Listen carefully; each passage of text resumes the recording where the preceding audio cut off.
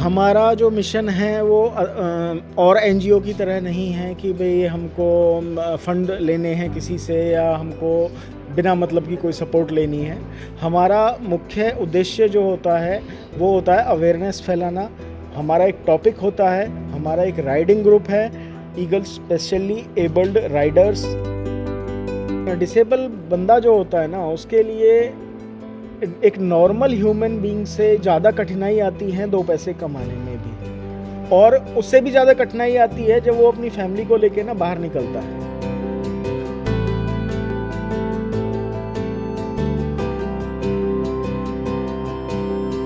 ज़िंदगी ज़रा सा हमसे कुछ छीन लेती है तो हम अपनी शिकायतों का पिटारा खोल लेते हैं, लेकिन आज मैं आपको कुछ ऐसे रियल हीरोज़ से रूबरू करवाऊंगी जिन्हें बहुत कुछ ना दिया हो, बहुत कुछ ले लिया हो जिनसे, लेकिन ना केवल वो खुद को असक्षम होने के बावजूद खुद को सशक्त बना रहे हैं, बल्कि जो तमाम लोग हैं उनके लिए भी प्रेरणा स्रोत बन रहे हैं। और 2500 किलोमीटर की पैरा राइड ऐसे लोगों ने तय की है महिला सशक्तिकरण के लिए जो खुद दिव्यांग हैं, और सूत्रधार ये तमाम वो लोग हैं जो इस जर्नी का हिस्सा रहे हैं। हमारे साथ रमेश जी हमारे साथ मौजूद हैं। सर, मैं चाहूँगी कि सबसे पहले व्यूअर्स को बताएं, समाज सेवा हमने बहुत तरह की देखी है, लेकिन कुछ अलग समाज सेवी हमें नज़र आए। कारगिल पर झंडा फहराया, किस लिए फहराया आपने? मैडम, हमारा जो मिशन है वो और एनजीओ की तरह नहीं है कि भाई हमको फ़ंड लेने हैं किसी से या हमको बिना मतलब की कोई सपोर्ट लेनी है। हमारा मुख्य उद्देश्य जो होता है वो होता है अवेयरनेस फैलाना। हमारा एक टॉपिक होता है, हमारा एक राइडिंग ग्रुप है, ईगल स्पेशली एबल्ड राइडर्स, जो कि आमिर भाई साहब बैठे हैं साइड में, इन्होंने और मैंने शुरू किया था। अनुजा मैडम है हमारे साथ सपोर्ट के लिए, और अपने ये राइडर हैं। तो हर साल हम एक मिशन लेके चलते हैं कि हमको जो अवेयरनेस फैलानी है वो किस बारे में फैलानी है। इससे पहले भी हमने मुंबई राइड किया है जो Limca book of world record में है। कोरोना के टाइम में भी हमने लोगों की काफ़ी मदद की थी। तो हम, ऐसा नहीं है कि हमको कोई फंडिंग चाहिए किसी से या किसी से कोई हेल्प चाहिए, बस ये है कि जो हेल्प दे रहा है ना वो ज़रूरतमंद के पास पहुंच जाए। रमेश जी, एक बात आप मन से कह रहे थे, मैं चाहूँगी कि आप उस बात को दोहराएं, क्योंकि वो एक बहुत बड़ी बात थी जो शायद आम जिंदगी में लोग सिंपैथी, सहानुभूति तो बहुत दिखा देते हैं, लेकिन उन्हें पता ही नहीं होता है कि आप लोग क्या कुछ मिस कर रहे हैं। मैडम, डिसेबल बंदा जो होता है ना, उसके लिए एक नॉर्मल ह्यूमन बीइंग से ज़्यादा कठिनाई आती है 2 पैसे कमाने में भी, और उससे भी ज़्यादा कठिनाई आती है जब वो अपनी फैमिली को लेके ना बाहर निकलता है। अगर हमको शॉपिंग भी करनी है ना बाहर किसी शॉपिंग कॉम्प्लेक्स में जाके या कहीं किसी सोसाइटी में जाके, तो वहाँ अलग तरह के चैलेंजेस होते हैं जी। वहाँ एक्सेसिबिलिटी नहीं होती, ना वो लोग अवेयर होते हैं। वहाँ स्टेयर्स होती हैं, वहाँ रैंप नहीं होते प्रॉपर ढंग से। बैंक में भी जाते हैं, वहाँ भी रैंप नाम मात्र के होते हैं। अगर मैं दिल्ली में वर्किंग हूँ और मुझे टॉयलेट करने की भी इच्छा है ना, तो ये पॉसिबल नहीं है कि टॉयलेट एक्सेसिबल मिल जाए। ये सबसे बड़े चैलेंजेस हैं जो हम इंडिया में फेस कर रहे हैं जी। क्या नाम है आपका? मैं आमिर सिद्दीकी। आमिर जी, ईगल संस्था से आप हैं, आप लोगों ने एफर्ट किए, संस्था बनाई ताकि आप एक मंच पर आके सब लोग काम कर सकें। सरकार करोड़ों रुपए का जो है ग्रांट देती है, करोड़ों रुपए खर्च करती है दिव्यांगों के लिए। कभी ट्राईसाइकिल डिस्ट्रीब्यूट करते हैं, कभी बाकी इक्विपमेंट्स डिस्ट्रीब्यूट करते हैं। कहाँ कमी लगती है कि सरकार क्या केवल ये इक्विपमेंट डिस्ट्रीब्यूट करके इतिश्री कर लेती है? योजनाएं तमाम हैं, क्यों नहीं पहुंच पाती है आप लोगों तक? उसकी मेन वजह होती है सरकार के पास हमारा जो डेटा है वो अवेलेबल नहीं है। उनके पास डेटा आता है कि हम 3% पूरे इंडिया में डिसेबल्ड लोग हैं, जबकि टोटल हम पॉपुलेशन देखी जाए तो डिसेबिलिटी दिन प्रतिदिन बढ़ती जा रही है। एक्सीडेंट के थ्रू डिसेबिलिटी होना, डिसेबिलिटी में टाइप ऑफ डिसेबिलिटी बढ़ना, जस्ट लाइक अभी 21 टाइप की डिसेबिलिटी हो गई।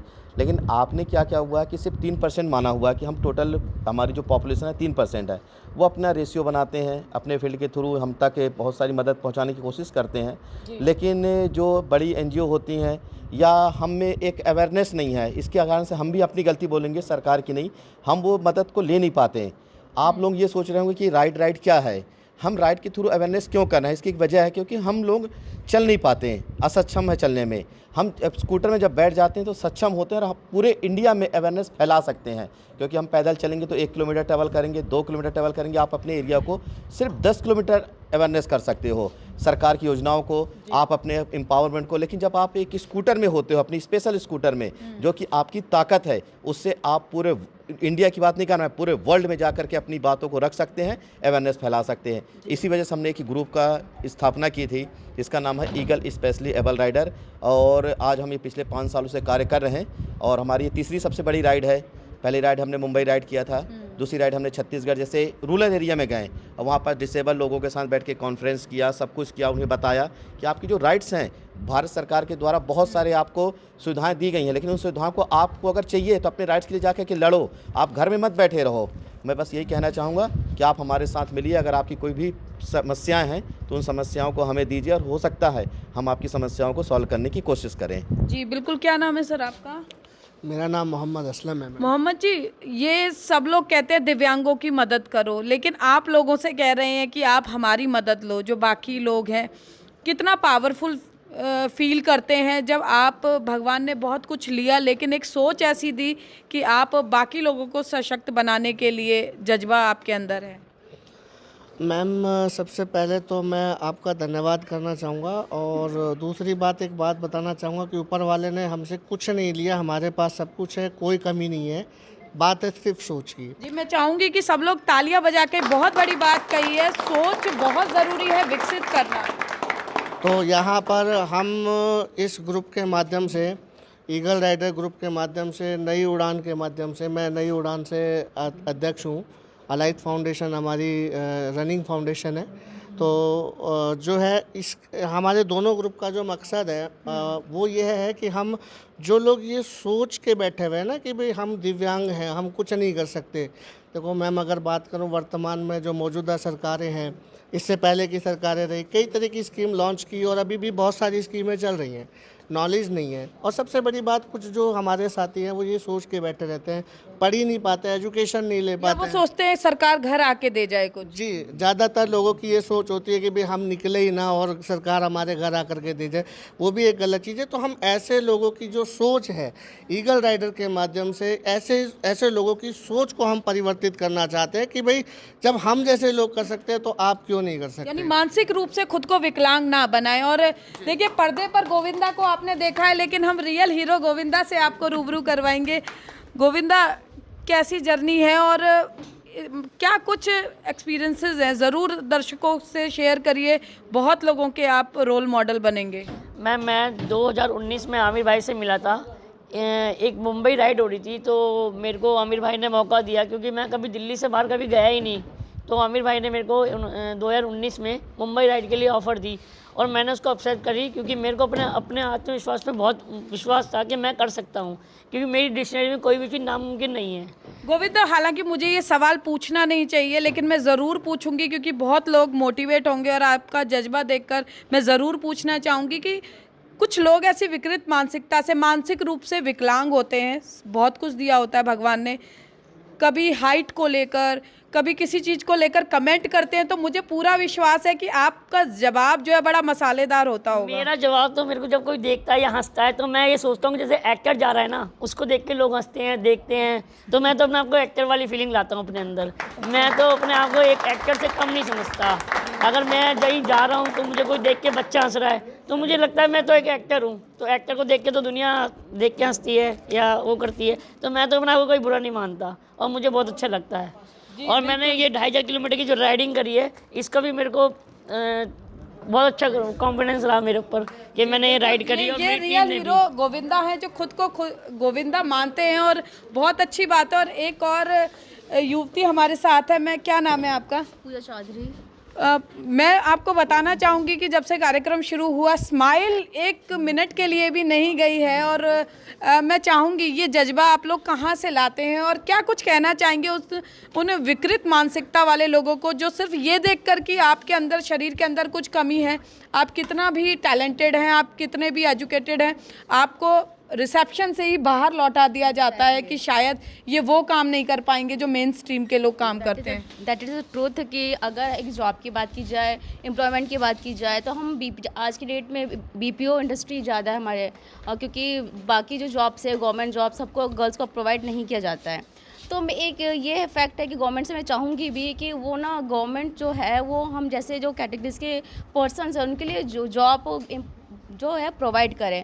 इंटरव्यू देते हैं, सब सिलेक्शन होता है, बाद में कहते हैं मैम आप असेंबल नहीं कर पाओगे, आपके पीछे अगर हम एक एम्प्लॉय के पीछे अपना सब कुछ इन्वेस्ट करेंगे तो बाकी में वो नहीं ले पाएंगे अपना प्रॉफिट।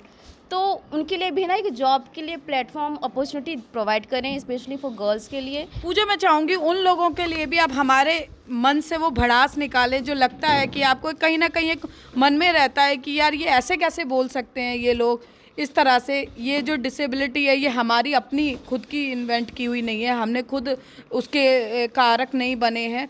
क्या कुछ एक मैसेज आप लोगों को देना चाहोगे जो ये सोच रखते हैं कि दिव्यांग है तो केवल सहानुभूति के पात्र हैं? एग्जैक्टली उनके लिए बस ये कहना है कि जो हमें सिंपैथी देते हैं, हमें सिंपैथी बिल्कुल नहीं चाहिए। जैसे मैम ने भी कहा था कि सिंपैथी के हमें ना तो हम भागीदार है ना हमें चाहिए।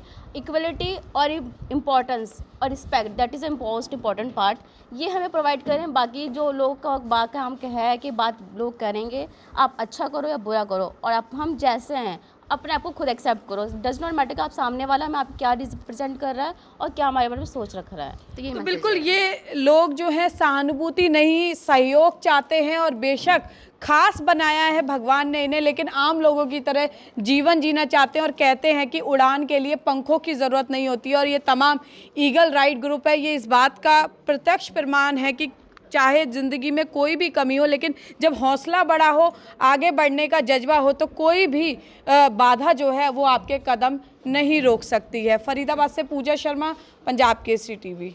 हमसे जुड़े रहने के लिए हमारे YouTube चैनल को सब्सक्राइब करें और नई वीडियो की नोटिफिकेशन के लिए बेल आइकॉन को दबाएं। अगर आप ये वीडियो Facebook पर देख रहे हैं तो लाइक जरूर करें और ज्यादा से ज्यादा शेयर करें। धन्यवाद।